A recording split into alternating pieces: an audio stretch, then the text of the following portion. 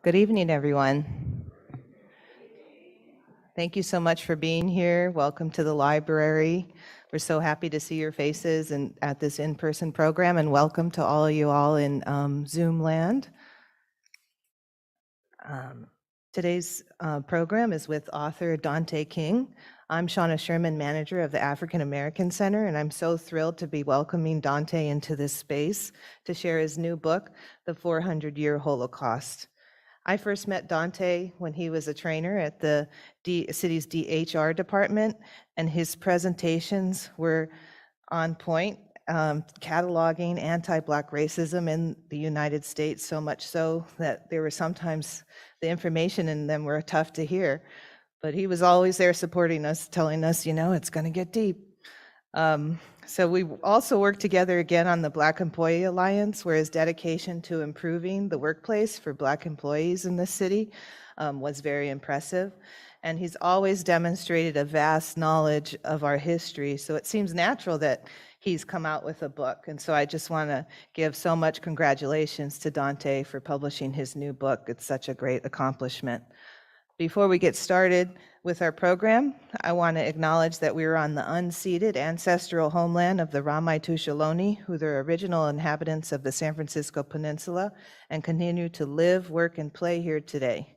As the indigenous stewards of this land and in accordance with their traditions, the Ramaytush Ohlone have never ceded, lost, nor forgotten their responsibilities as the caretakers of this place, as well as for all people who reside within their territory. We wish to pay our respects by acknowledging the ancestors, elders, and relatives of the Ramaytush community and affirm their sovereign rights as First Peoples. As the African American Center, and following the lead of our city's Reparations Task Force, we also honor the gifts, resilience, and sacrifices of our Black ancestors, particularly those who toiled the land and built the institutions that established this country's wealth and freedom despite never being compensated or fully realizing their own sovereignty. We acknowledge this exploitation of not only labor, but of humanity, and are working to repair some of the harms done by the public and private actors. Because of their work, we are here and will invest in the descendants of their legacy. So now on to our show. I'd like to bring Alexis Cobbins up to the stage, who will tell us more about the program and introduce our special guests. Thank you.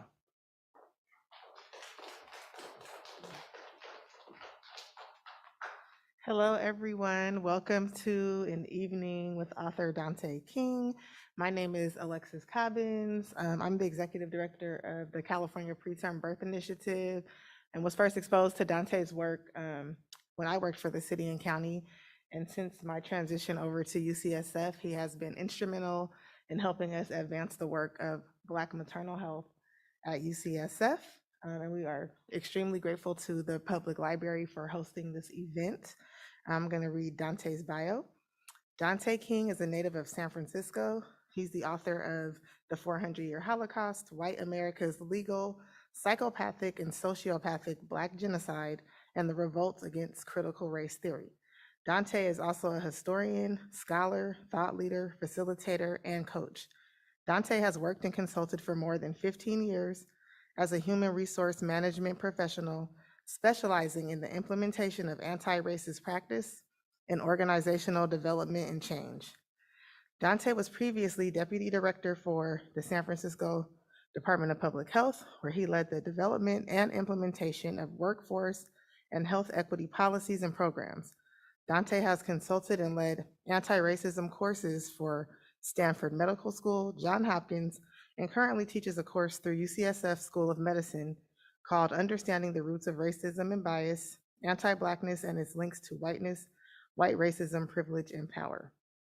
Before we hear from Dante, we're going to hear a few remarks from Marguerite Malloy. She is an attorney and an activist, and she also wrote the foreword for his book. So I will bring up Ms. Marguerite Malloy to share remarks with us. Thank you so much.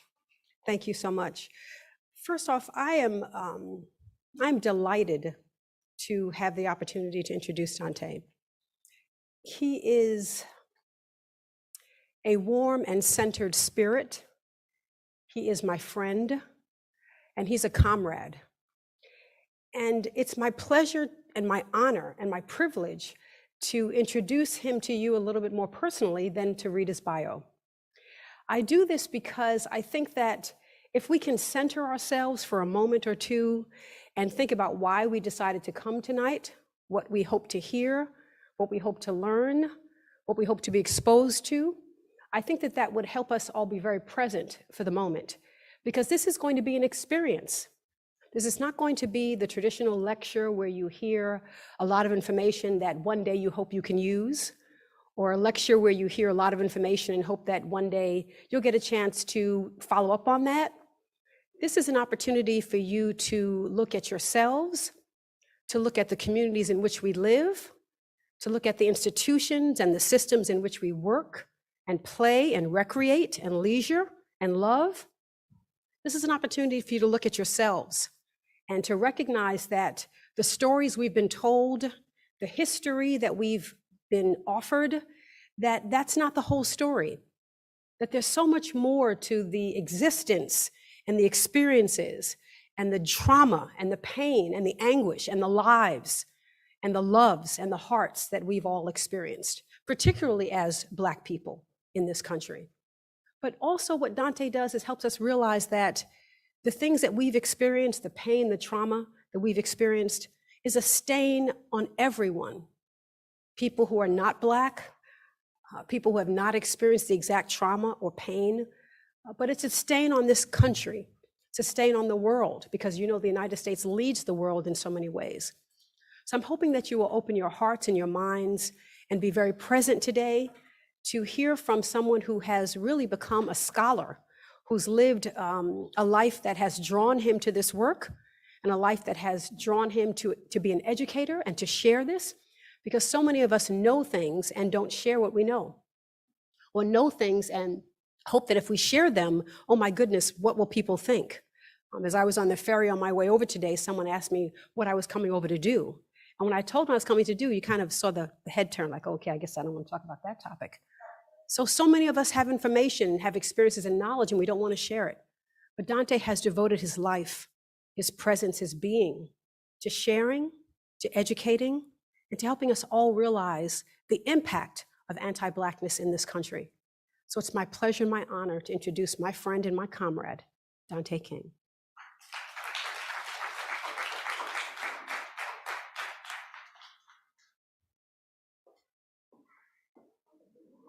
Hello again, everyone. Let me turn this on.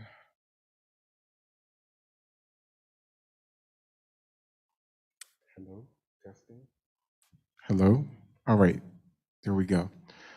All right, well, thank you very much to all of you who are here for being here. And I want to thank the people who are joining in from online. I first want to acknowledge Alexis Cobbins, who is my sister and one of my best friends. She has encouraged, supported, and just ushered me in my work along the way and through so many doors. I've been able to touch so many people. She mentioned that I teach a course at UCSF, and it's because of her bringing me to UCSF and me getting a contract there, meeting other people, and doors opening. So I owe you so much, and I say it all the time. And then Marguerite Malloy is just a dear sister. She's like an angel to me. She found out that I was doing this work and was in the process of writing this book, and agreed without any hesitation or thought to edit my book. She read the whole book, chapter by chapter. We went back and forth, and she edited some things. She gave me some additional information of resources which I used and included. And I just appreciate her so much. And she also wrote the foreword. So if you've read the book, she's the one that wrote the foreword. Her name is on the cover. Someone was like, why would you put the the name of someone that edited your book on the cover. And it's because we use the labor of Black women without giving them credit. You know, so I also want to acknowledge my family who's here, and I would not be here today if it was not for my mom. Mom, can you stand up for a second? This is my mother.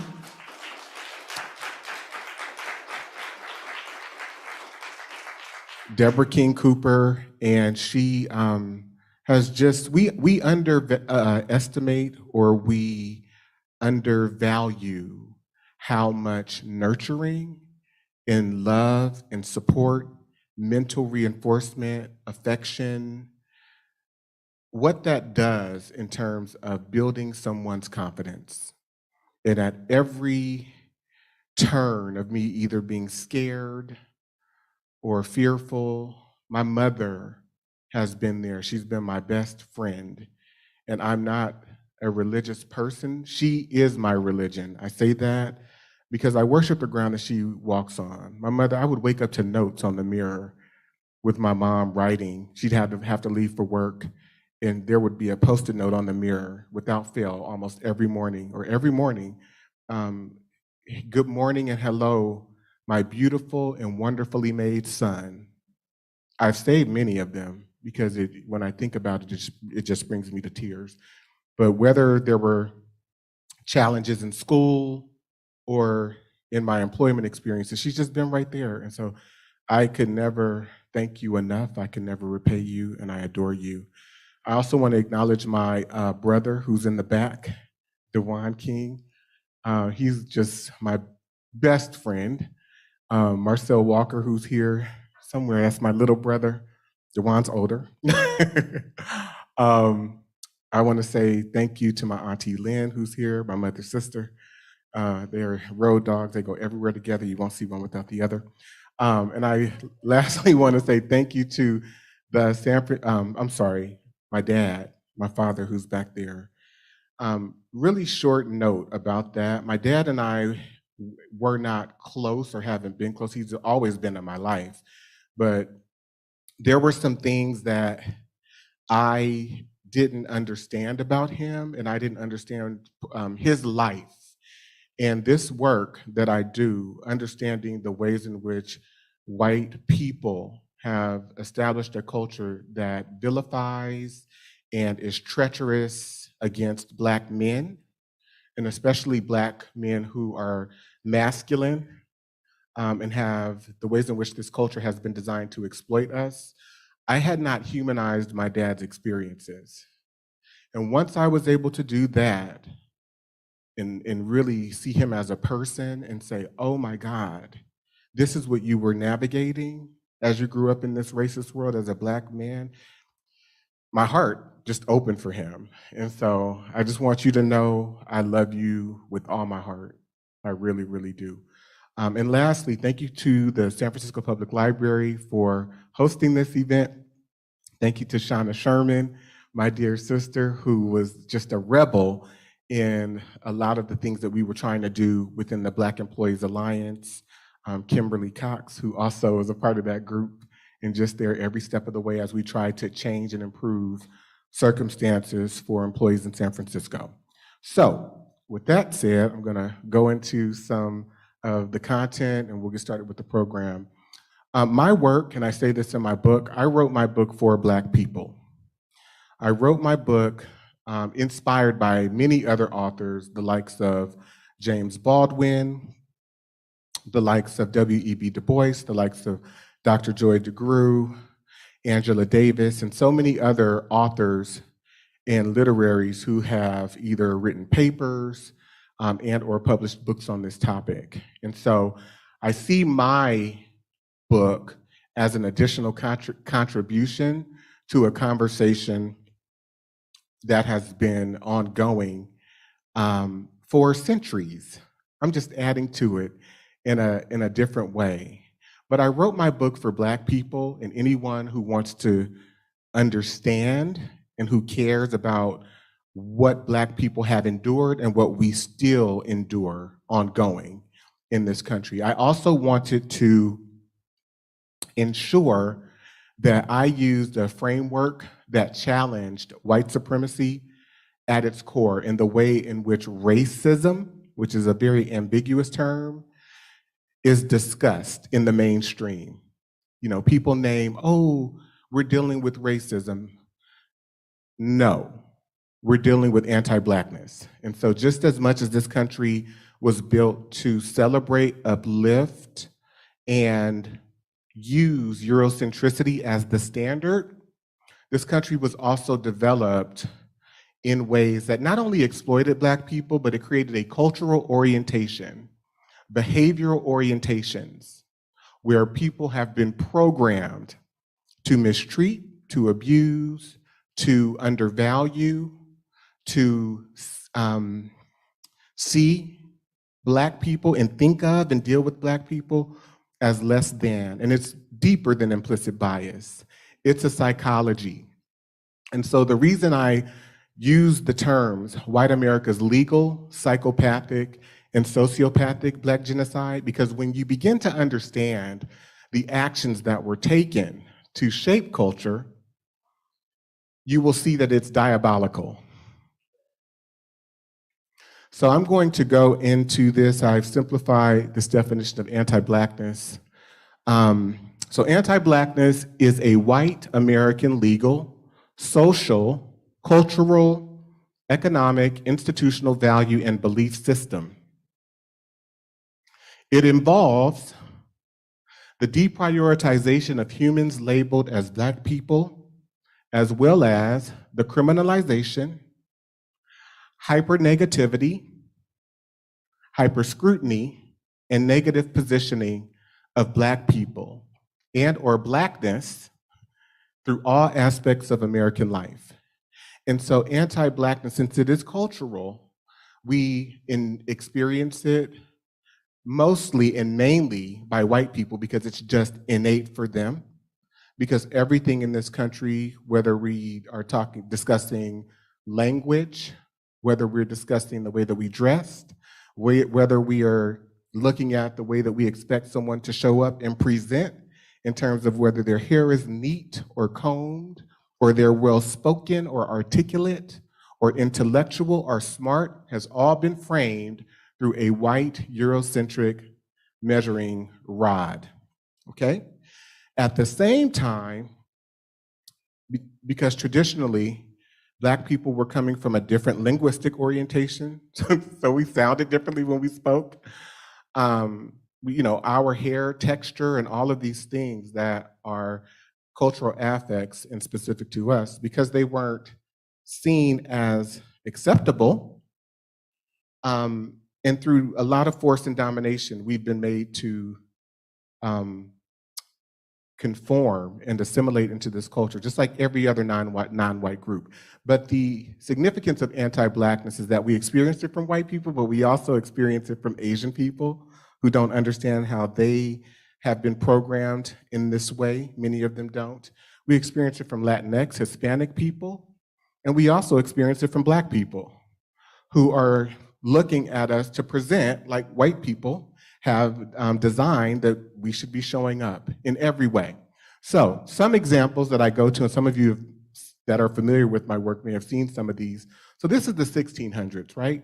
So picture this, and I want you to close your eyes for just a second. Picture being in a context where you have been brought to a new region, a new country against your will, and people are raping you. They're raping your son, your 8-year-old son, your 9-year-old daughter. They're screaming for help. These people are leading church services. This is happening every day. You get whipped for having a baby because you've been raped by a white man and you've had this child, and now you get whipped. 30 lashes on your back. How would you feel?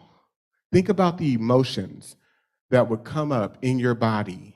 Think about the effects and the impacts that are developing amongst an entire group of people who now form a community out of this trauma.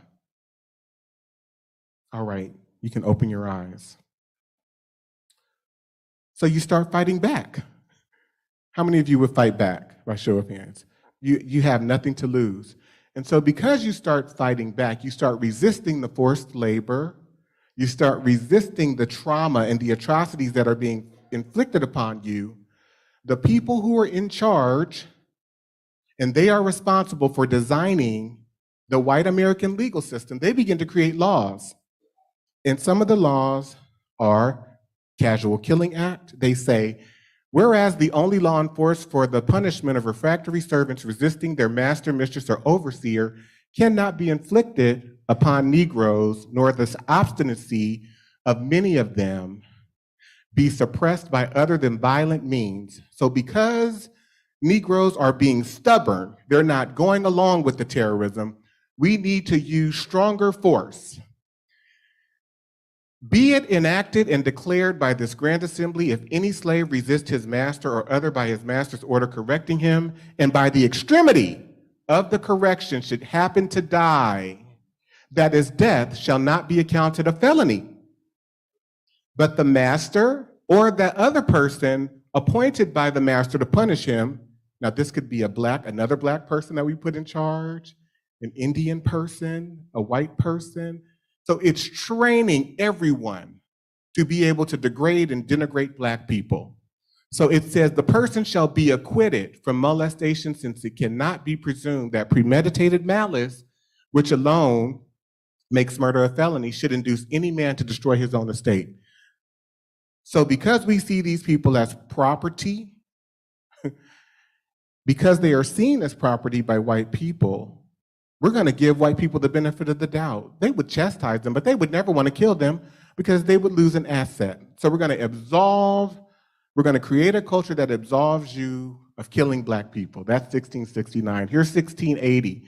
Whereas the frequent meeting of considerable numbers of Negro slaves under pretense of feasts and burials is judged of dangerous consequence, for prevention whereof for the future, be it enacted by the King's most excellent majesty by and with the consent of the General Assembly, and it is hereby enacted by the authority aforesaid, that from and after the publication of this law, it shall not be lawful for any Negro or other slave to carry or arm himself with any club, staff, gun, sword, or any other weapon of defense or offense, nor to go or depart from his master's ground without a certificate from his master, mistress, or overseer, and such permission not to be granted but upon particular and necessary occasions. And every Negro or slave, so offending not having a certificate as aforesaid, shall be sent to the next constable, who is hereby enjoined and required to give the said Negro 20 lashes on his bare back, well laid on, and so sent home to his said master, mistress, or overseer. And it is further enacted by the authority aforesaid that if any Negro or other slave shall presume or lift up his hand in opposition against any Christian, shall for every such offense upon due proof made thereof, pay attention to this, by the oath. That just means somebody claims that you tried to do something to them. You don't need any proof.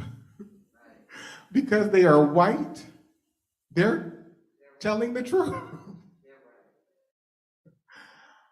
So you don't need any proof, right? So you appear before a magistrate, and the Negro is going to have him receive 30 lashes on his bare back, well laid on. And it is hereby further enacted by the authority aforesaid that if any Negro or other slave shall absent himself from his master's service and lie hid and lurking in obscure places, committing injuries to the inhabitants, and shall resist any person or persons that shall by any lawful authority be employed to apprehend and take the said Negro. So we're going to get Kim, we're going to get Angela, we're going to get Chiamaka, we're going to get Robert to go out and search for the Negroes.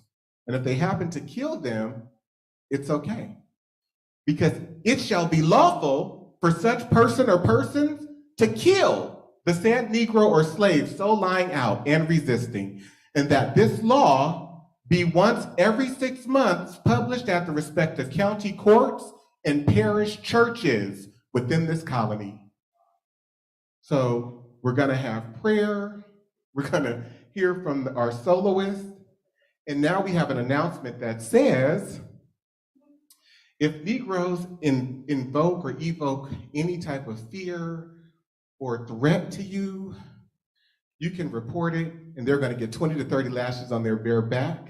And if they go out and they run away and resist the terms of forced labor, rape, murder, they've seen it happen to their father, they've seen it happen to their mother, they've seen it happen to their daughter. But if they run away from that circumstance, we can dispatch you. You can go out and murder them. Now let's have communion. And this is the context, everyone, that the white American culture is being built upon, even though that language does not appear until 1681 in a law concerning marriage. That's the first time you see the term white appear in America in a legal sense, okay? And it's concerning, I tell about the story in my book. It was because an Irish woman wanted to marry a black man. And so she begged her boss at the time, who happened to be the Lord Governor of the colony of Maryland, and he allowed her to marry him against his desires, but he went along with it. And so you see this law appear the next month. I think that was August. September rolls around, and the law says, freeborn and other white women. That's the first time you see it. And so they develop the organization that is called white people at that moment.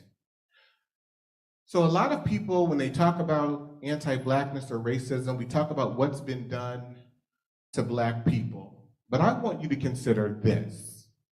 What's happening in developing the white identity, in the white mindset, in white emotionality, as people are being programmed to be able to commit such actions and exhibit such behavior without consequence? It's unchecked.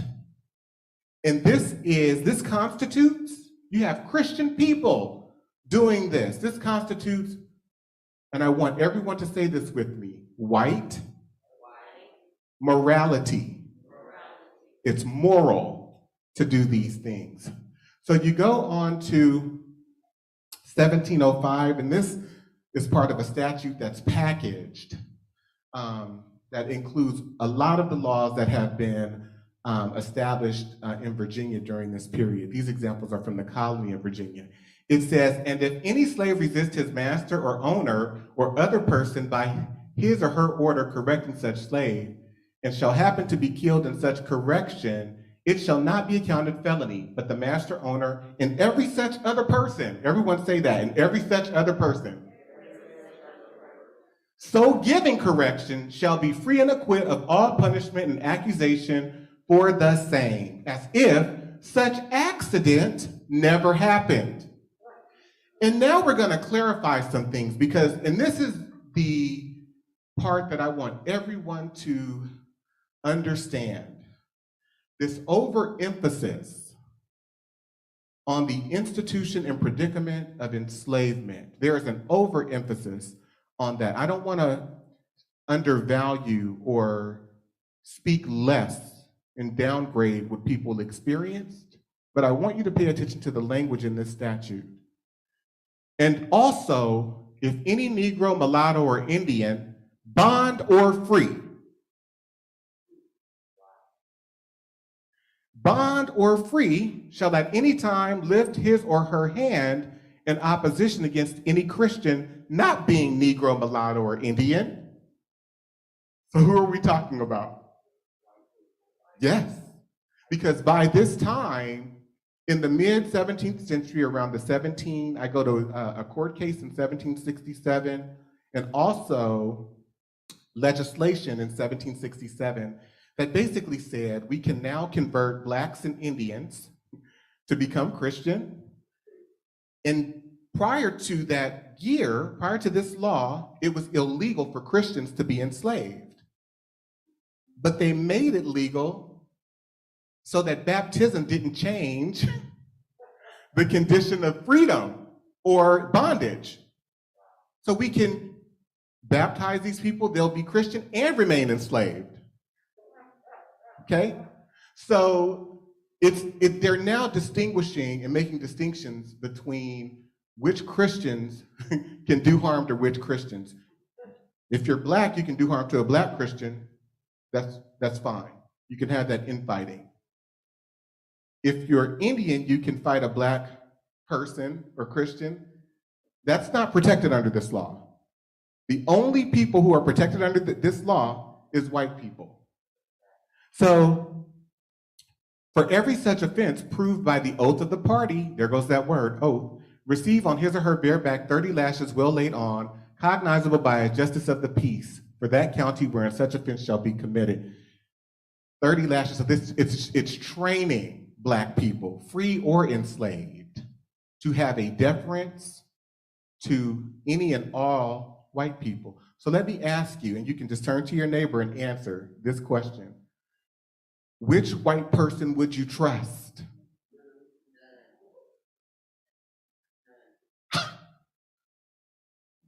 It's setting it up so that you are in a heightened degree, at a heightened degree of fear every moment. Your safety depends on what white people think of you in any given moment. So what is not psychopathic or sociopathic about this?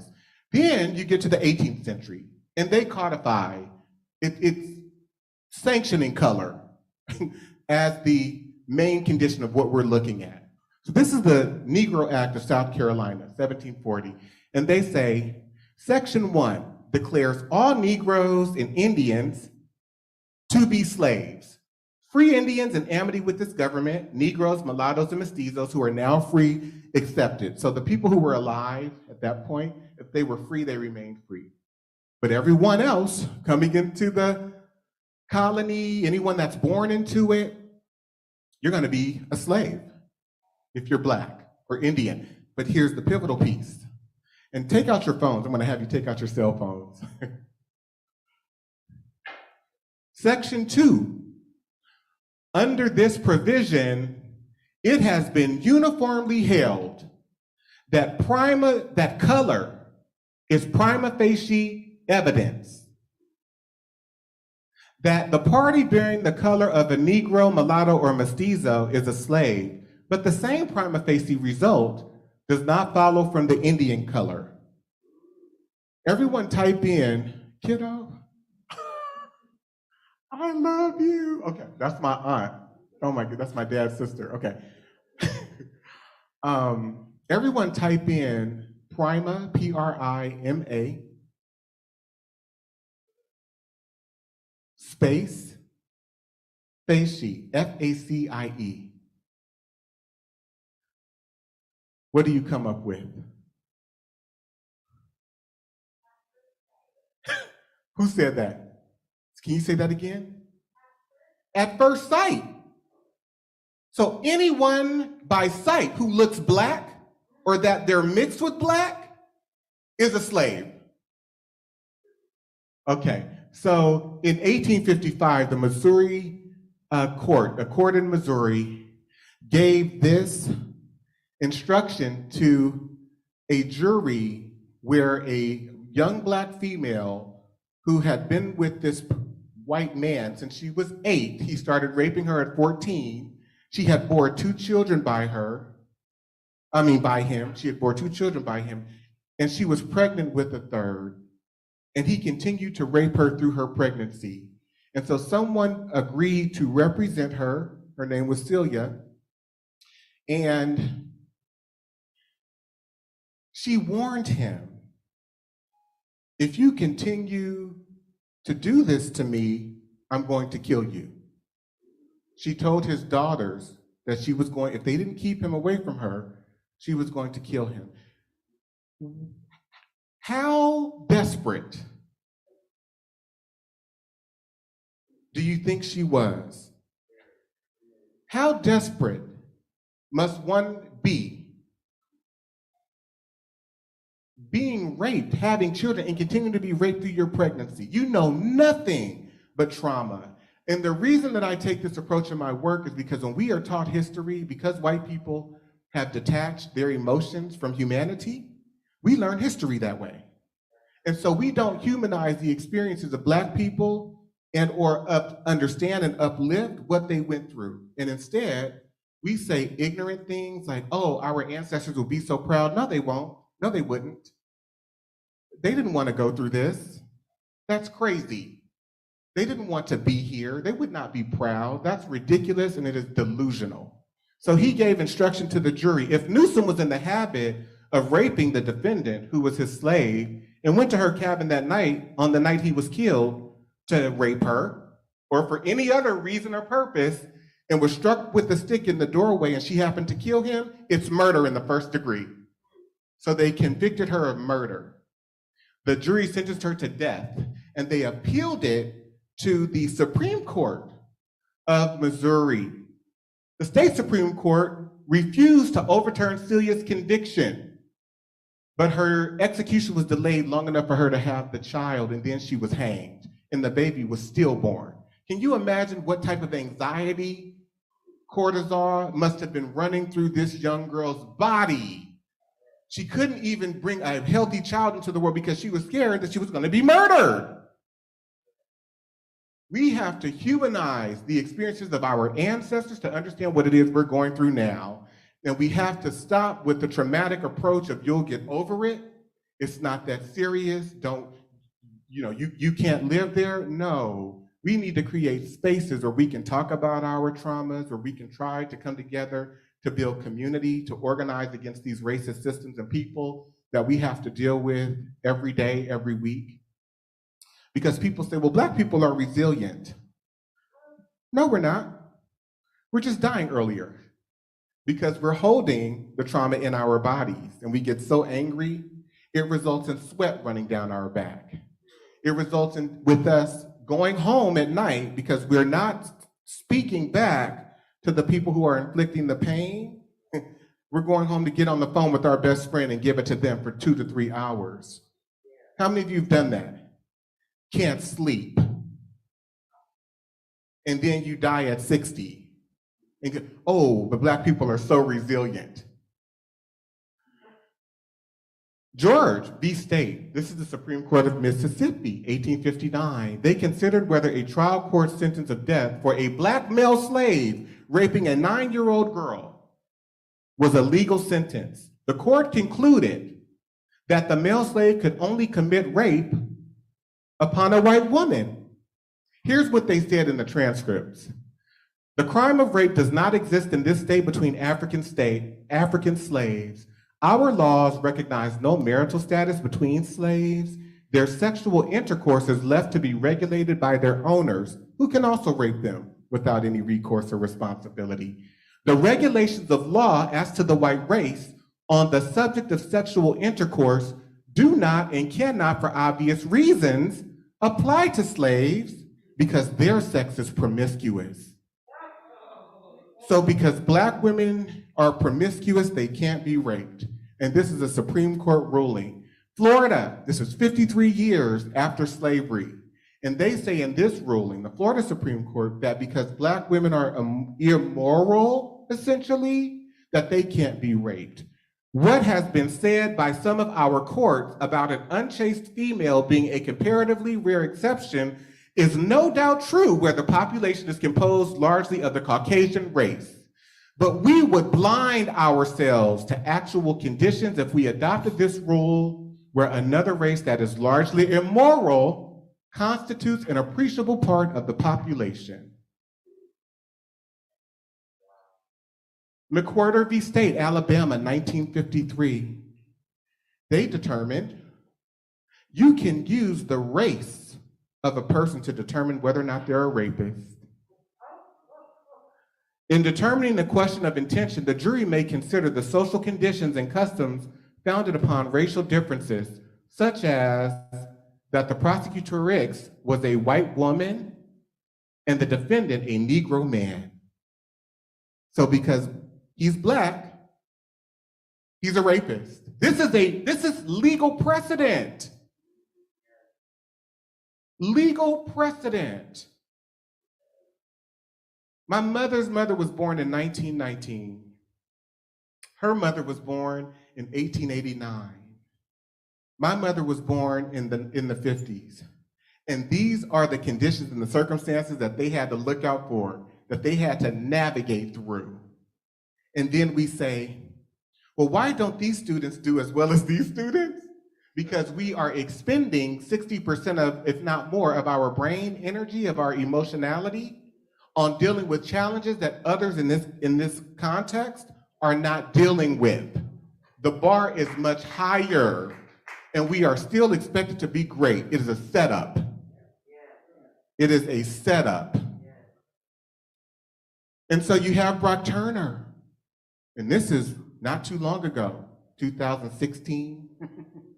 And the judge basically says, and in my decision to grant probation, because he sexually assaulted this student, the question I have to ask myself again, consistent with those rules of court, is state prison for this defendant an antidote to that poison? Is incarceration in state prison, the right answer for the poisoning of Jane's life? And trying to balance the factors in the rules of court, I conclude that it is not. And that justice would be best served ultimately with a grant of probation. So this is the value of having white skin. So you can be a rapist, and I have many more examples, but I'm just gonna share two. This is November of 2021. And this judge says, this week, the article says, this week, Mr. Belcher was sentenced in the assault on MM and in sexual attacks on 3 other teenage girls. He raped 4 young girls, facing up to 8 years in prison. He was instead given 8 years probation by a judge who said he agonized over the decision. I'm not ashamed to say that I actually prayed. Here goes Christianity. I actually prayed over what is the appropriate sentence in this case because there was great pain. He prayed over it. And it just wasn't the right decision. But we have been pathologized as the prototype for rapist, as the prototype for criminal, in a context of organized crime that has been committed by white people. But because we don't see it that way, it's not been normalized through that lens, we suffer. And we suffer through judging each other and judging other Black people using a moral code that is not used for white people and for non-Black people. Does that make sense? Okay. President Abraham Lincoln, I'm just gonna quote from a few of our presidents, and these people have been telling us who they were, we just haven't believed them. He says, I will say then that I am not, nor ever have been in favor of bringing about in any way the social and political equality of the white and Black races. That I am not, nor ever have been in favor of making voters or jurors of Negroes, nor of qualifying them to hold office, nor to intermarry with white people. And I will say, in addition to this, that there is a physical difference between the white and Black races, which I believe will forever forbid the two races living together on terms of social and political equality. And inasmuch as they cannot so live while they do remain together, there must be the position of superior and inferior. And I, as much as any other man, am in favor of having the superior position assigned to the white race. Here's the next president that followed Lincoln, Andrew Johnson. If Blacks were given the right to vote, that would place every splay-footed, bandy-shanked, humpbacked, thick-lipped, flat-nosed, woolly-headed, ebon-colored in the country upon an equality with the poor white man. He says, as long as I am president, this will be a country for white men and a government for white men. Turn to your neighbor and say, and what do we see today?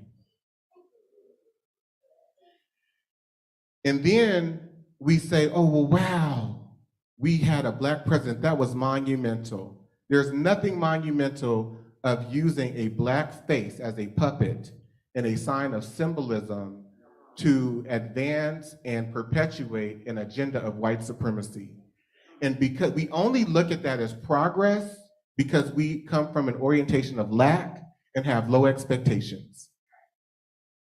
It takes one person to be able to move into that neighborhood, and we see that as progress.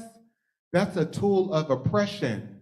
Only people who have come from deprivation and who have been deprived would see such as progress. It's insane. Lincoln, this is 1969, he says, you have to face the facts. And this is where we are, everyone. I'm sorry, Nixon. Right. So Nixon, you have to face the facts. The whole problem is really the Blacks. The key is to devise a system that recognizes this without appearing to. So if you understand and know anything about the eugenics movement or medicine and what white doctors were espousing back in the early 20th century, in the early 1900s, they spoke about stopping access to Black people's, about stopping Black people's access to resources and organizing us and putting us into concentrated areas to live together and then cutting off our access to resources. They said that would solve the whole problem, the Black problem, in 100 years. Doctors, well-renowned medical doctors, such as Charles Davenport, Madison Grant. So I'm going to show a video that demonstrates what Black people were dealing with after the enslavement period, because that's where I want to focus and concentrate some of our attention, because we're given this story as though so many actions were taken to improve conditions and circumstances for Black people, but you will see, based on some of the connections that I will try to make in the time that I have left, that things are the same today, just as they were back then. So this video is this is an excerpt from the actual documentary, Slavery by Another Name. It's also a book that was written by Doug Blackman.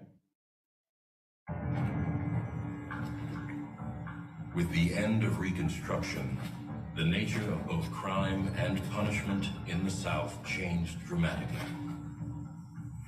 In state after state and county after county, new laws targeted African Americans and effectively criminalized Black life. It was a crime in the South for a farm worker to walk beside a railroad. It was a crime in the South to speak loudly in the company of white women.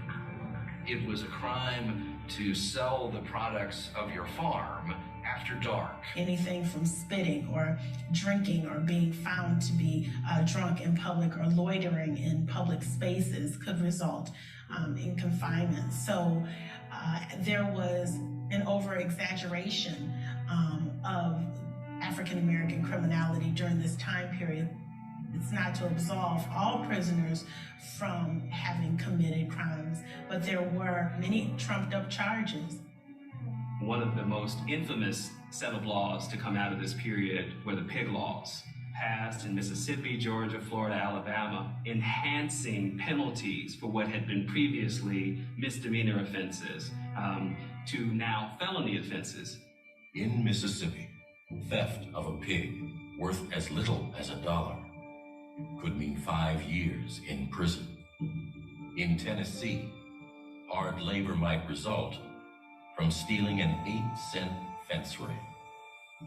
But the most powerful, the most damaging of all of these laws were the vagrancy statutes. In every southern state, you became a criminal if you could not prove at any given moment that you were employed. Under slavery, most Black crime was punished by slaveholders, leaving the courts to discipline whites. Now, only about 10% of those arrested were white. Now, what does this mean? Does this mean that white people are not committing crimes in the South? We know that's not true. Southern states had a history of placing prisoners with industries that would bear the cost of guarding and housing them in exchange for their labor. Now, states also began to charge fees, renting prisoners to companies by the month. The highest rates were for the strongest workers and longest sentences. When you go to the 13th Amendment, one of the fascinating things about the text of that amendment is that it says that slavery is abolished, except in the case of a punishment for a crime. And within that wiggle room, what you see in it is that there's still the possibility of extending slavery, as it were, by another name.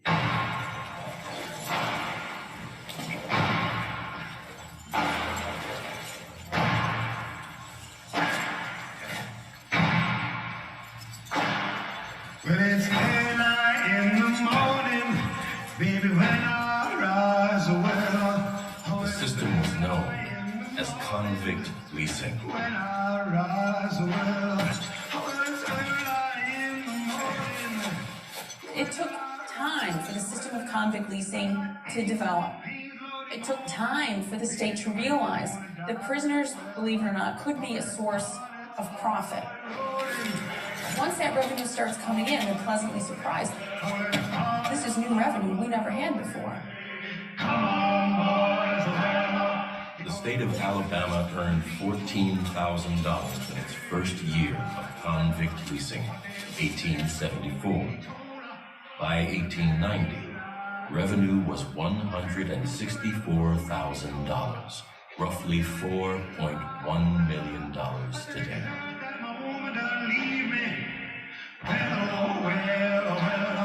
By then, states throughout the South and hundreds of counties and cities were engaged in some form of leasing convicts to private industry.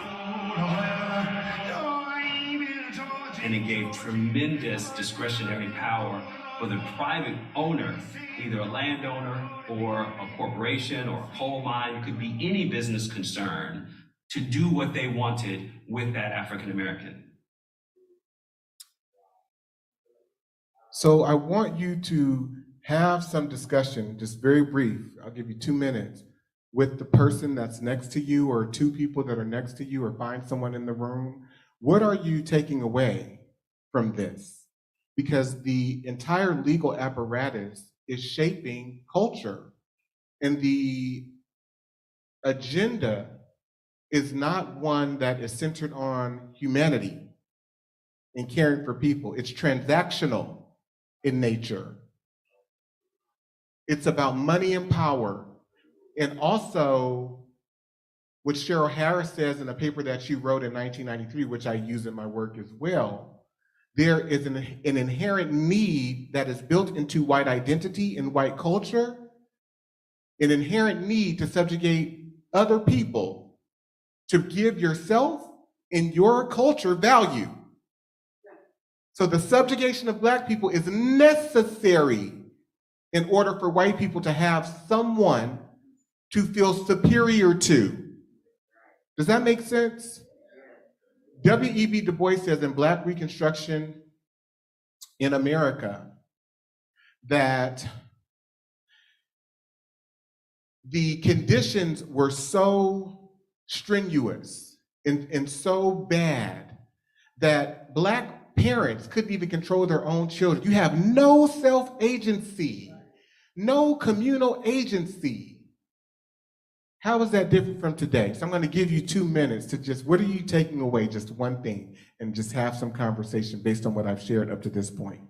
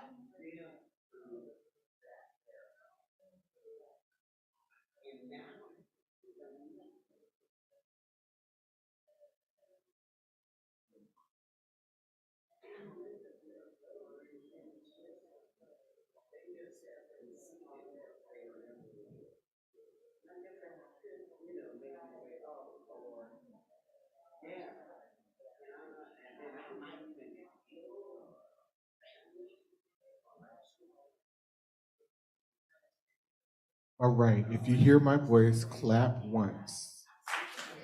If you hear my voice, clap twice. Okay. What was one thing that came up? What did you talk about? Anyone want to share? Marjorie? Oh.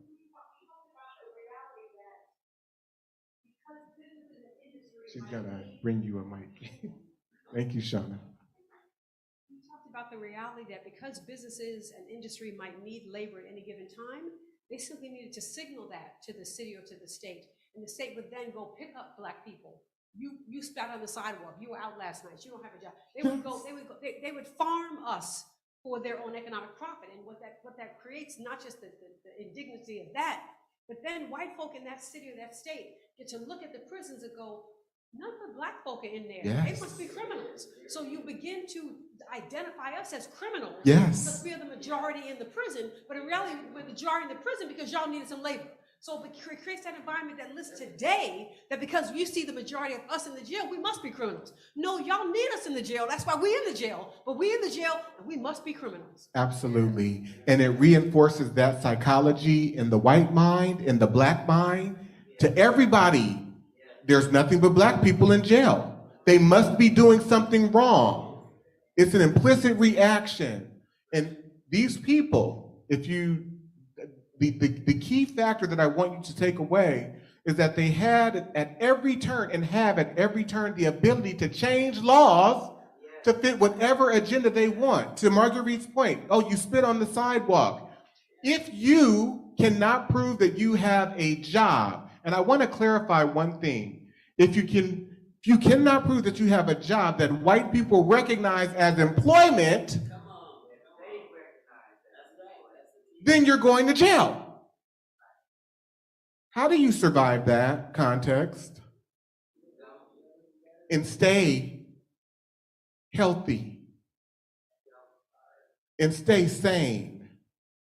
It's an impossibility. And so we have to make room. Black people and people who care about Black people, if you care about Black people, you have to make room for white supremacist trauma and trauma caused by anti-Blackness that is happening infinitely every day of our lives. I share examples in one of the last chapters of my book of 4 young girls that were laughing and playing at their school at lunchtime in New York in 2019. And they took them into the office and strip searched them. Searched in their bras and panties because they suspected that they were on drugs. How is that any different than the legitimizing the white suspicion that I showed you in the law of 1680 or 1705? It's total control, mental, spiritual, emotional, every physical, it's everything.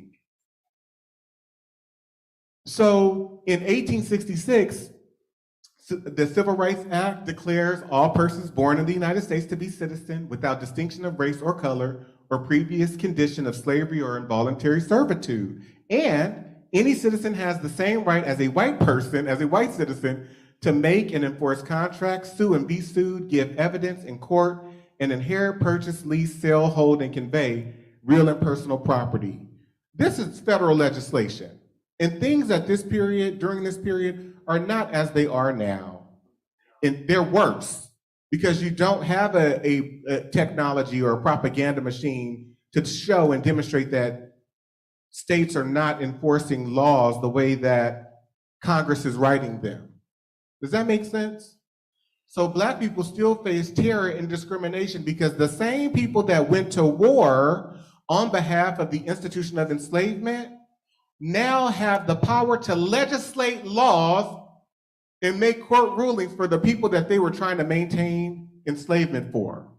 And Du Bois also talks about that in his work. Now these Black people are put in the context, even though the Confederacy didn't win, they won.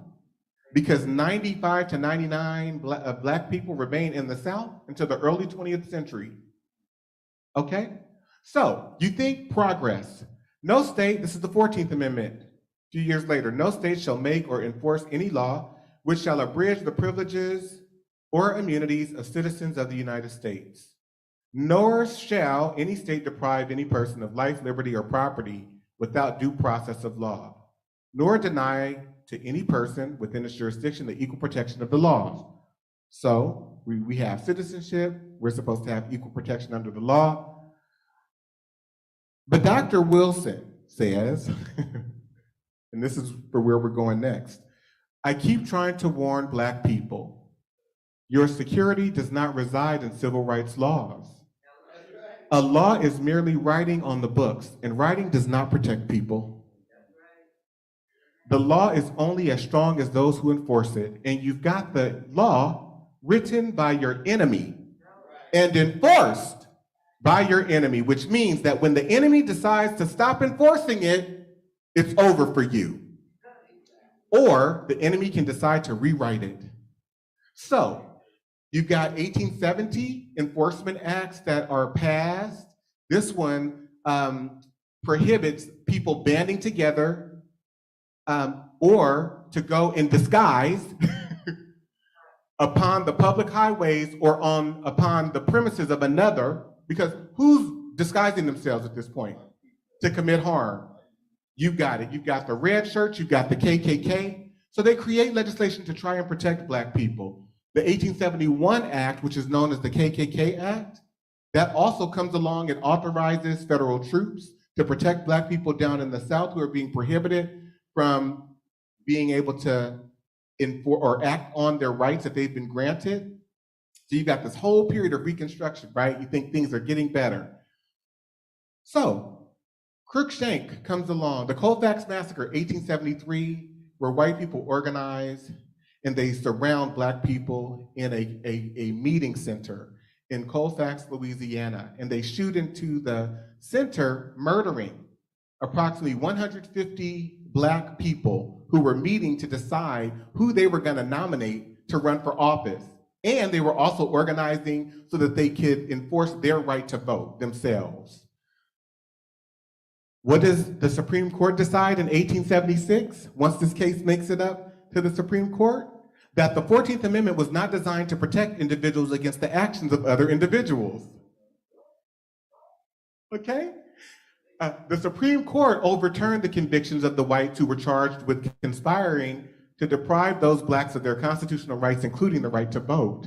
In 1883, in United States v. Harris, they held that the Force Act, the 1871 KKK Act, a law passed to protect Black Americans against violent terrorism, was unconstitutional because the 14th Amendment limited Congress to taking remedial steps against state action that violated the 14th Amendment and applied only to acts by states, not to acts of individuals.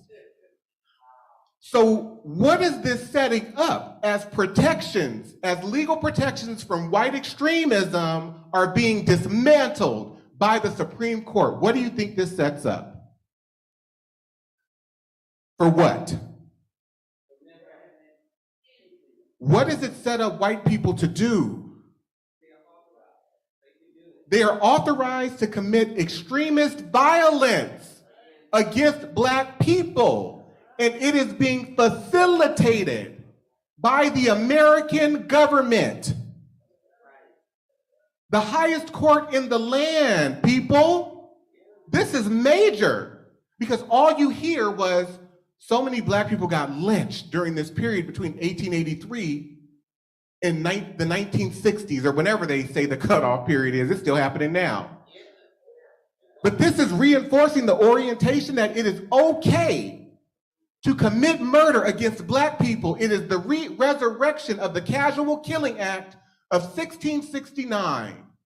And so, let me go back. 1875, they enact the Civil Rights Law. We want to protect Black people so that they can enforce their rights to be able to, in public accommodations, to have equal treatment in public accommodations, public transportation, and to prohibit exclusion from jury service. What does the Supreme Court decide in 1883? That the Civil Rights Act of 1875 is unconstitutional, and that it's okay to discriminate. Here's what they say.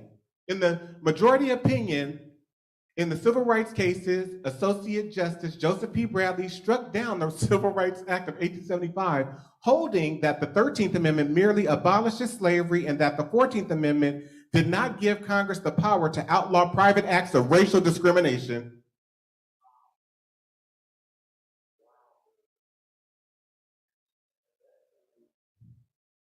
So how much progress gets made? And then they say, you know what, Black people, we don't want you with us. This is 1896. Yeah, so we're gonna make sure that you can't use the bathroom, you can't eat in the same places. You've gotta go through the back door, you've gotta go upstairs to the movie theater, you can't use this water fountain. What does that reinforce in Black minds? What'd you say? Inferiority. That you do not matter at all. You don't have a modicum of value. And what does it enforce in the white mind? Because we talk about the trauma that's being done to Black people. What's the trauma for white people? But let's reframe it. There's nothing superior about it. It's delusional. It's crazy when you need to make other people less in order for you to have esteem and value.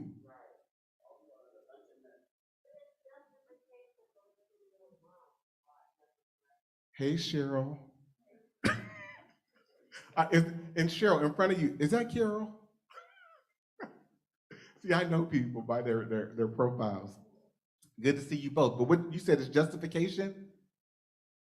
It's someone used the word authorized. It's authorization. It's the facilitation of codified cultural and legal terrorism. So you've got Strom Thurmond, who's the governor of South Carolina. He was a US Senator until 2002, but he ran for president in 1948. And he says, I want to tell you, ladies and gentlemen, that there's not enough troops in the Army to force the Southern people to break down segregation and admit the nigger race into our theaters, into our swimming pools, into our homes, and into our churches. This is what he ran on. This is an excerpt from his presidential campaign speech. So I'm gonna play a video for you that that will convey and add further clarity to what begins to prevail because of the orientation and foundation that's been laid by the Supreme Court of the United States.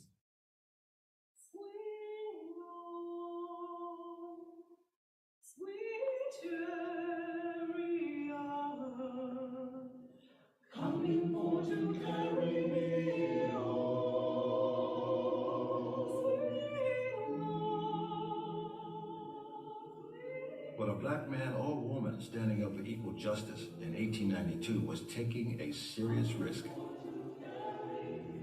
On the night of March 9th, when Wells was out of town, Her friend Tom Moss and 2 others were jailed for defending themselves against several white men who had attacked Moss's grocery store. Mass vigilantes dragged Moss and his 2 friends from their cells to a deserted railroad yard.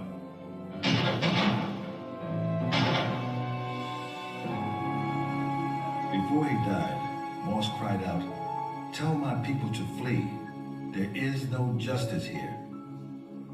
This lynching, a term that came to be applied to any mob killing of blacks, disheartened Wells.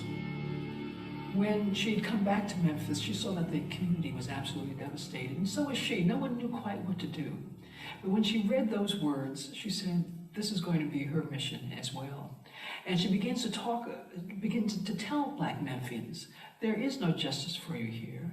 The system is not working for us. No one is trying to get these killers of our young men. And it is we should go.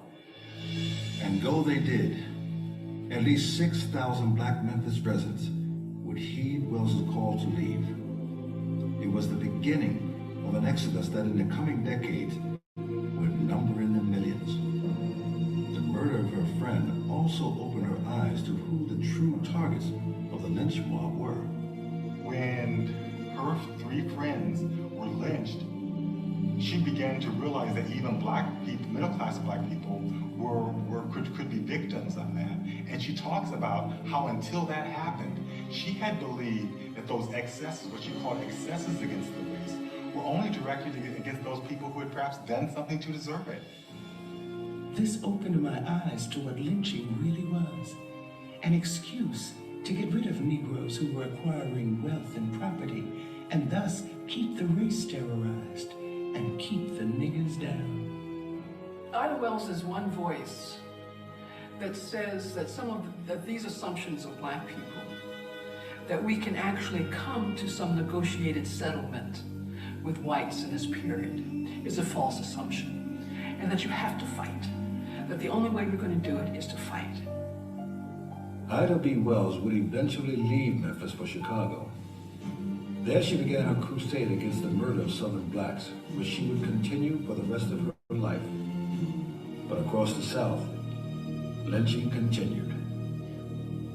Edward White, Vance McClure, Link Wagner, Robert Williams, George King, Scott Sherman, John Fry, Ovid Belzer, William Smith, Falcon Francis, A.L. Smart, Mr. and Mrs. Morris, Patrick Morris, Gilbert Francis, Bird Love, Isaac Pizer, Louis Senegal, Joseph Dizell, Frank James, Louis Mund, Hiram Whiteman, Pisano Lozano, Angelo Mongoso.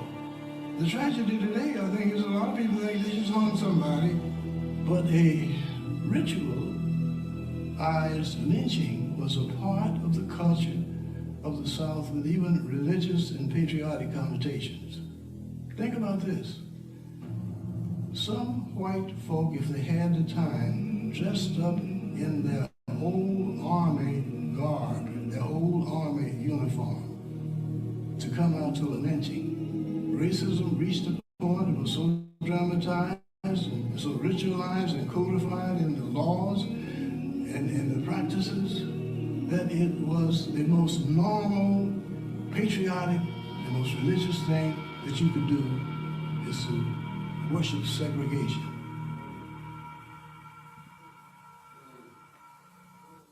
Legal terror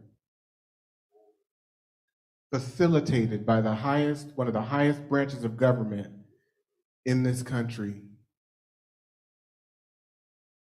And so you've got Ida B. Wells, who does work investigating what's going on. This is 1911. 14-year-old L.D. Nelson and his mother, Laura Nelson. And look, it has copyrights on them. These are postcards. Pictures that were taken at the scene and then sold This is what it means and has meant to be American. Anti-Blackness is embedded in the American cultural identity. We know that we like Black people less, and we call it implicit bias. We're mindful of it. We just don't speak about it. We know that we're comfortable seeing Black people terrorized, traumatized, aggressed, assaulted, murdered.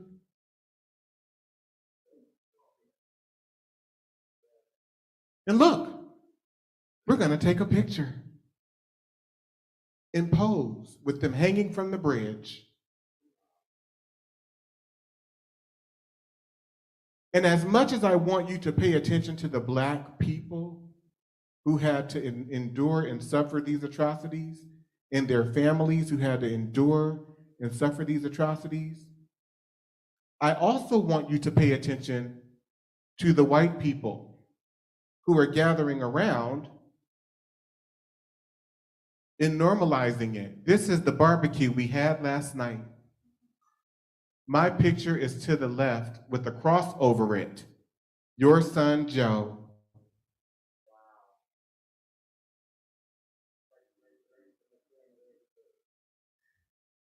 And there's no enforcement by law enforcement. There's no accountability by law enforcement. We're gonna pose with the authorities. We're about to lynch him for whatever he did. 1 woman, 3 men are lynched. John Hartfield will be lynched by the Ellisville mob at 5 o'clock this afternoon. Not has been lynched, will be lynched because he was dating a white woman. Governor Bilbo says he is powerless to prevent it. Thousands of people are flocking into Ellisville to attend the event. Sheriff and authorities are powerless to prevent it. So you're going to be murdered. It's advertised in the newspaper. And you've got the governor saying, well, there's nothing I can do about it. Where is the protection? And these are the conditions that my great-grandparents, that my grandparents are parenting through. The love is undergirded by anxiety and fear. Come over here, get over here, don't act out, stop. Be good, we gotta go, hurry up, come on. Let me put you in activity so nothing happens to you. It's not because I want you to learn a new skill or trade, I want to keep you safe. Every aspect of Black American life is undergirded by fear. And it is a righteous fear. And so what I want Black people to embrace and understand when they say that we are angry, it's a righteous anger. As James Baldwin said, to be Negro in this country and to be relatively conscious is to be in a rage almost all of the time. So own the anger. Don't look at it as a trope. How dare you call me angry? Yes, I am angry. And you would be angry too if this had happened to your community ongoing and was still happening to you. And the fact that you don't recognize my anger and embrace it, you've not taken the liberty to go out and find the historical reasons as to why, the fact that you've taken no interest in understanding what I and people like me have to go through on a daily basis reinforces your disconnectedness from my humanity. And therefore, the problem is not with me, it's with you, because you have embraced and ingested the psychopathy and sociopathy of white American culture. So again, I'm just gonna flow through these very quickly, and I want you to pay attention to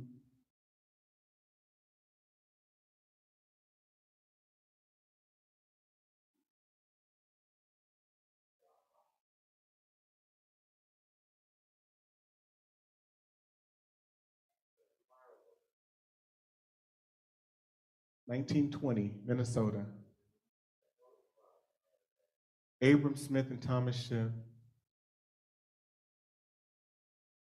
Geez.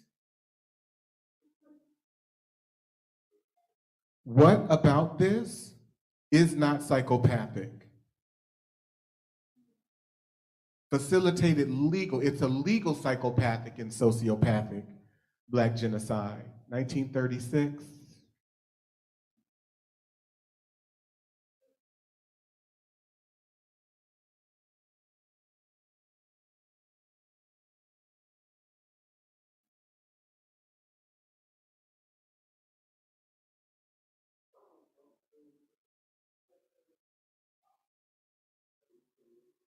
In the vast majority of reported lynchings, and this is from Without Sanctuary, the courts, coroners, juries, or other official bodies chosen to investigate the murders concluded routinely that Black victims had met their deaths at the hands of unknown parties, at the hands of persons unknown, or by persons unknown to the jury.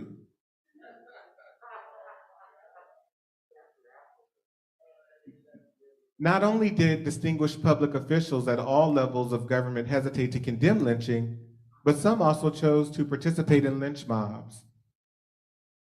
U.S. Senator from Mississippi, William Van Amberg Sullivan. I led the mob which lynched Nels Patton, and I am proud of it. I directed every movement of the mob, and I did everything I could to see that he was lynched. Cole Blease, 1911, South Carolina. I would have gladly resigned as governor rather than use my power of office to deter whites from punishing that nigger brute. If necessary, I would have come to Hone Path and led the mob.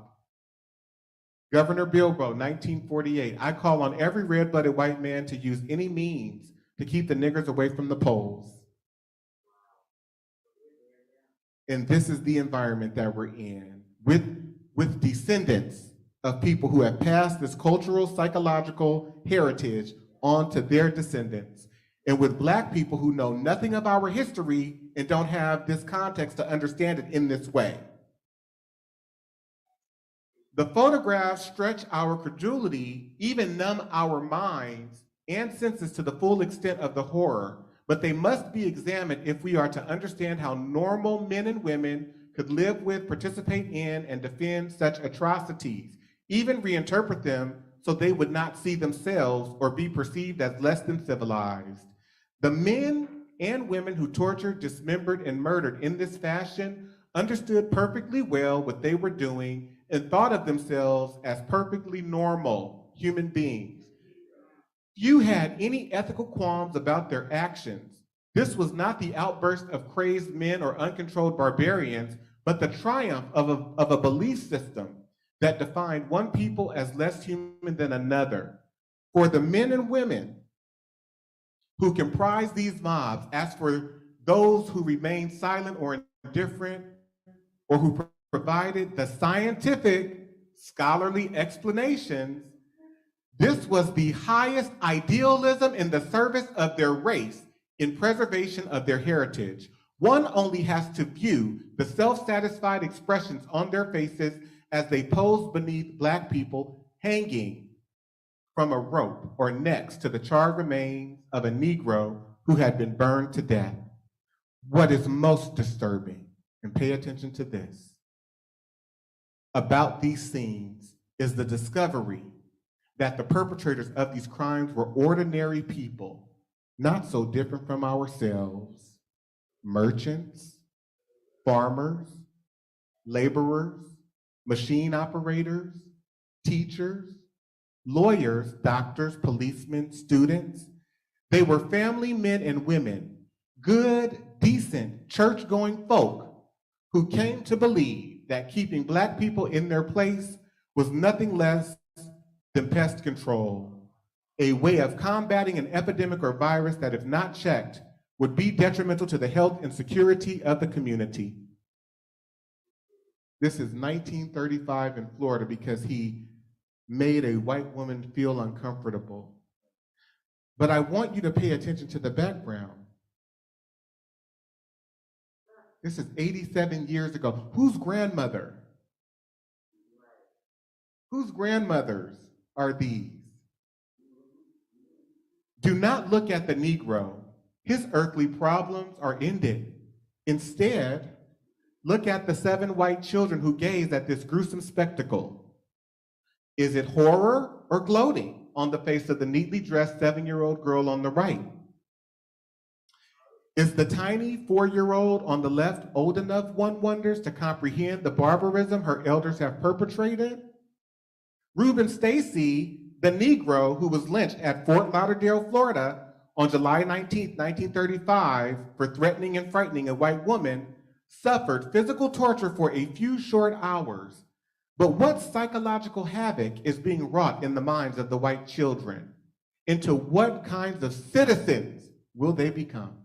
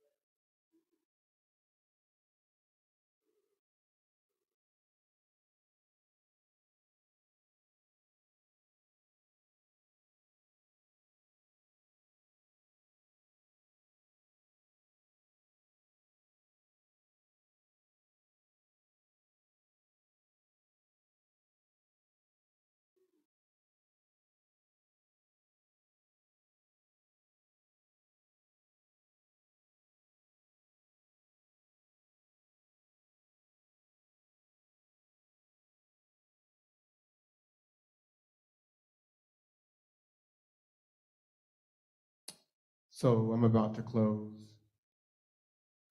Dr. Wilson says the primary function of anti-Black racism and discrimination is not simply to be mean, but to impair the psychology and consciousness of Black people so that we remain in a state of chaos, so that we never have access to our full potential, our full mental capacity, our full emotional capacity to love.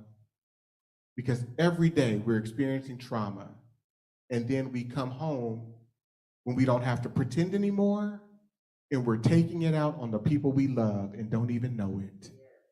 Because we've never been able to exist without fear and pain and trauma. So Dr. Alvin Toussaint in 1971, he says, I think we have to establish that white racism is a mental illness. Many white social scientists would like to define racism as something that is normal, as a cultural variant. As long as we approach it that way, we really don't deal with the pathology of racism itself. It's like saying that cancer, because a lot of people have it in this society, is somehow normal. Dr. Bobby Wright, in The Psychopathic Racial Personality, some papers that he wrote, a part of a collection of papers that he wrote in 1975, he says, in their relationship with the Black race, whites are psychopaths, and their behavior represents an underlying biologically transmitted proclivity with roots deep in their evolutionary history. The psychopath is an individual who is constantly in conflict with other persons or groups. He is unable to experience guilt, is completely selfish and callous, and has a total disregard for the rights of others. One of the best methods that can be used to measure the psychopathic traits of the white race is observing and analyzing their universal overt behaviors and attitudes towards Blacks. He says, psychopaths simply ignore the concept of right and wrong. By ignoring this trait in the white race, the lack of ethical and moral development, Blacks have made and are still making a tragic mistake in basing the worldwide Black liberation movement on moral suasion. It is pathological for Blacks to keep attempting to use moral suasion on a people who have no morality, where race is the variable.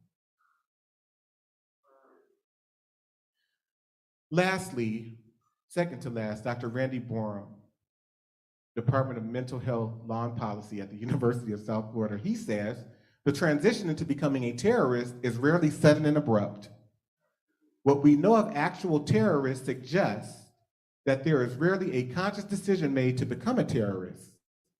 Most involvement in terrorism results from gradual exposure and socialization towards extreme behavior. I have more than 2,500 slides more than 1,000 examples of laws and policies that whites had enacted from the 1600s until the early 2000s, displacing, subjugating Black people. And they have been programmed. Asians have been programmed. Hispanics have been programmed. Everyone has been programmed to think less of and to expect less for Black people. And we have been programmed that way as well. Absolutely. It's an orientation of lack. So Malcolm X, who I love and adore, and this is the last quote, he says, when you are in your own nation, in your own land, you're in a position to get justice.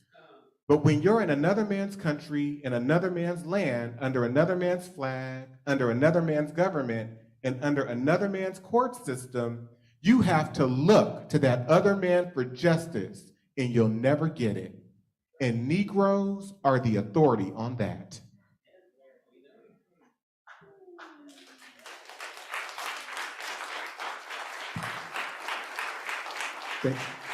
Thank you, everybody.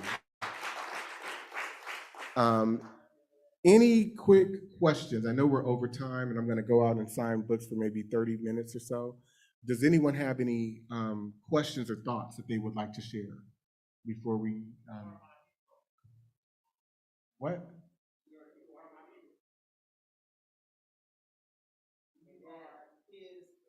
I heard him. I love you, big brother. You're one of my heroes too.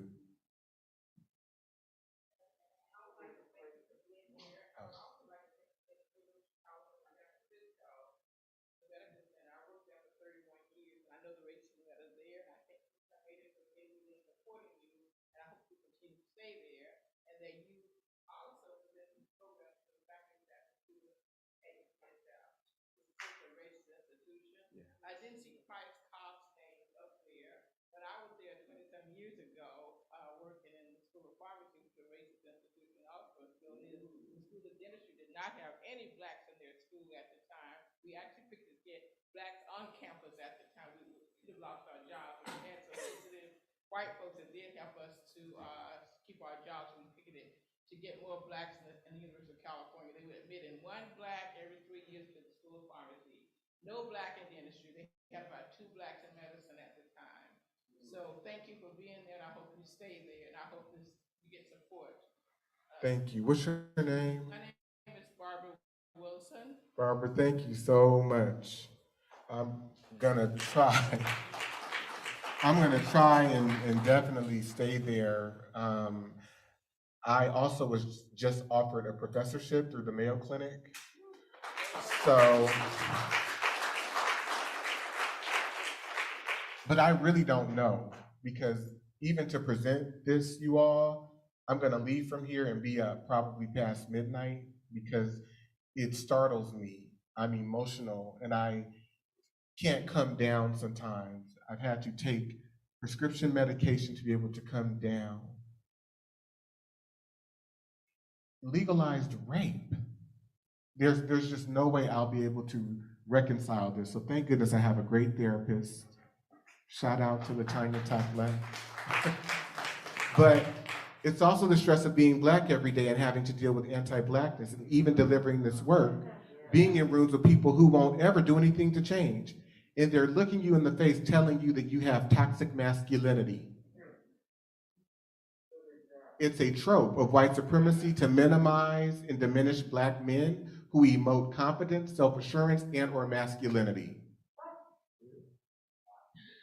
Will, my nephew, I am so proud of you, but you already know that, because I was probably one of those examples of those kind of folks that I wanted to see how the Lord was going to bless me so I could do some of that to them. And then this is unbelievable. Oh, I've never heard of anything like this. But the Lord is going to bless us. And they are going to find out that you're not God. You're not God. And my testimony, and I believe it from the top of my head to the soles of my feet with my toes, that God, He's gonna handle it, take care of it, and I just hope, Lord, even if I'm 120, can I be here to see it? Thank you very much. Thank you. I love you, Auntie. And I just want to reinforce that this work is meant for Black people, which is why I begin the book with a letter to Black people. And it's to people who care about Black people. If you don't care about Black people, then the book is not for you. If you want to over-intellectualize what our experiences have been and can't really feel the depth of the sadness and the pain that our ancestors endured and that we still go through, my work is not for you. And I think she had her hand raised as well.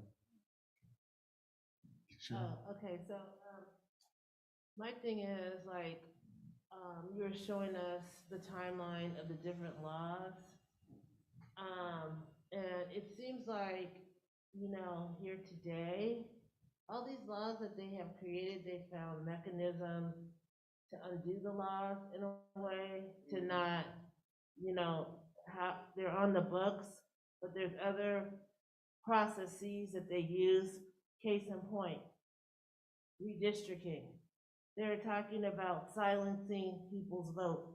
I was just on the redistricting for San Francisco, and they were trying to dilute the voices of the Black people in the last standing Black community in San Francisco, Bayview Hunters Point. The school system, there's a video that just came out about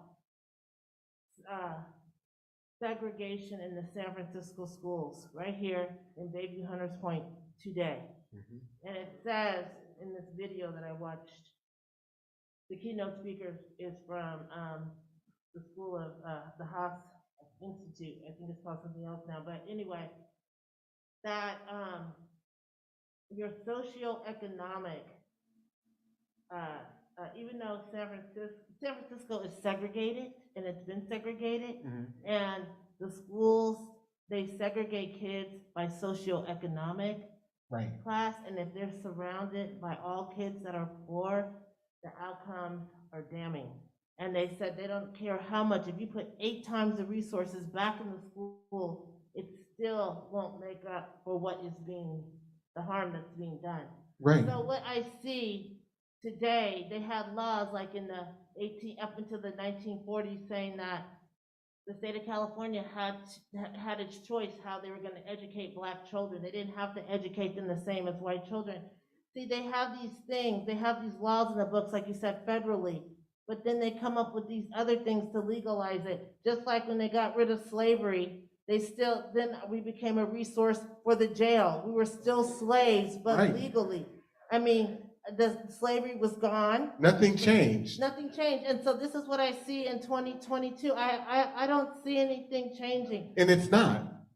My father went to UCSF Dental School. He graduated in the class of 25, UCSF in 1973, decided to bring some Black dentists, to create some Black dentists to work on Black people in San Francisco because of the racial segregation, and they couldn't go to white dentists. So he worked in Bayview Hunters Point all those years, but that was the only time that they created that program because we had a large population here at that time. We had not been gentrified out. And also because they had enacted civil rights laws before where they were trying to meet quotas. But I think to the point that Cheryl just made, and one of the things that we need to stop doing, I would say as a Black community, is putting the responsibility on us. Well, what can we do to improve our community? We can't do anything more than what we've been doing as surviving. What can we do when we don't control our own circumstances?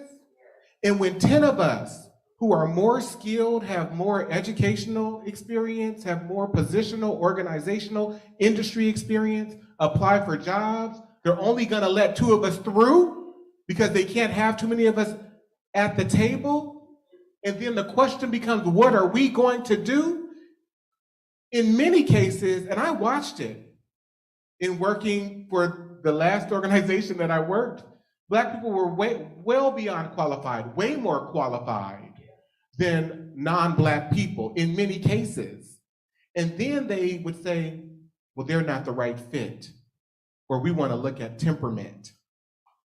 So it changes from the skills and qualifications. You'll never meet the bar. So there can't be any collective control of our outcomes if we don't have control over how decisions are being made and our own economic, educational opportunity. And the other thing too is education, again, it is a tool of white supremacy. Yes, we need it to survive in this cultural context, but it means nothing when we're in that casket. It's just a calling card to survive white supremacy. And so the degrees that I have, and I got a master's this and a bachelor's degree, that means nothing. It just gets me through the door, and it doesn't even get me through the door most of the time. And when it does, I'm the lowest paid, the last to receive certain level types of benefits. It is a situation and orientation of total chaos, and it can drive you crazy, but it drives us dead, and that's what I want us to understand. It drives us to unhealthiness. We've got maternal death rates that are skyrocketed, and it doesn't matter how much these people make in terms of their economic strata. You've got affluent women. There's an article that I share in my book, a study that was done. Black boys coming from the richest families in America are over 60% gonna end up poor. Over 60% of them. They had access to the best schools, the best resources. They learned well. They were involved in all of the sports. They're still gonna end up poor because of anti-Blackness. Last question, then we're gonna go. It occurs to me that the CIA bringing cocaine into the Black communities was part of a way of suppressing the vote.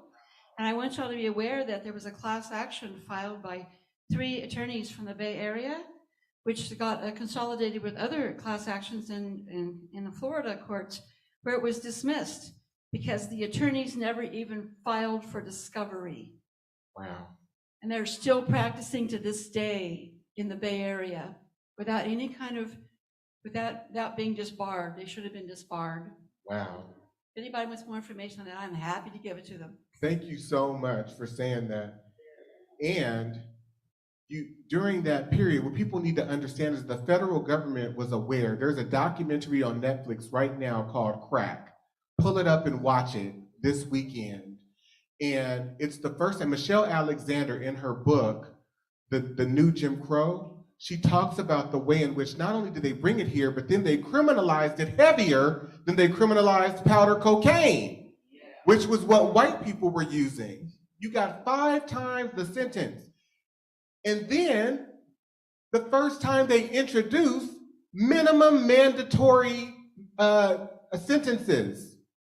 Up until that point, Alexander points out that the highest time frame for someone committing a drug offense was between 6 and 12 months. 1985, crack 5-year sentence. And then it goes to 10 years. You see people getting 15, 20 years for marijuana. And then not only do they criminalize the people who are selling and distributing, but in 1988, they criminalize users. So we see Black mothers and fathers facilitated, removed from Black communities. It cuts off the reproductivity of Black families. It's the eugenics movement, legalized and normalized. So we need a new context and another framework to understand this reality of terrorism and genocide that we are in. It is not just microaggression. It is not just racism. It is anti-Black terrorism and genocide. Thank you. Hello, I think I have one other question out here. I'm over here to the right. Okay. I'll make it very quick. Oh, you remembered my name, that's great. And I do hope you seek God in your direction, because your book is medicine for me when I come in from a meteor shower of anti-Blackness. I pick up your book, I read through it, and then I'm sane again. And I do, that's my medicine, the work that you're doing. So thank you very much. And I was just gonna, that's how I'd say this. I wanted to piggyback on something someone else said. I'm a fraternal twin. I have a womb mate. We're not this, we don't look the same, but I shared the womb with that individual. And unfortunately, during their struggle, they had a diagnosis that didn't go the way it's supposed to underneath. I want to say Kaiser Permanente, can't stand them. And Kaiser Permanente had misdiagnosed my fraternal twin, and she ended up driving on her own 7 miles to an emergency room. She called them on her cell phone and told them, I'm here in the parking lot. Her heart was failing at that point, and I need someone to wheel me into the emergency room. You know, she waited about an hour and a half and no one came out to get her. That's not it. Then an African-American man finally wheeled her into the emergency room. By the time they got her in there, she coded and died. She was revived, but it took a year and a half for those doctors at Kaiser Permanente to finally say what it was. She shouldn't have ever been left to drive to that hospital. Right. They had found amyloidosis, it's a very rare disease.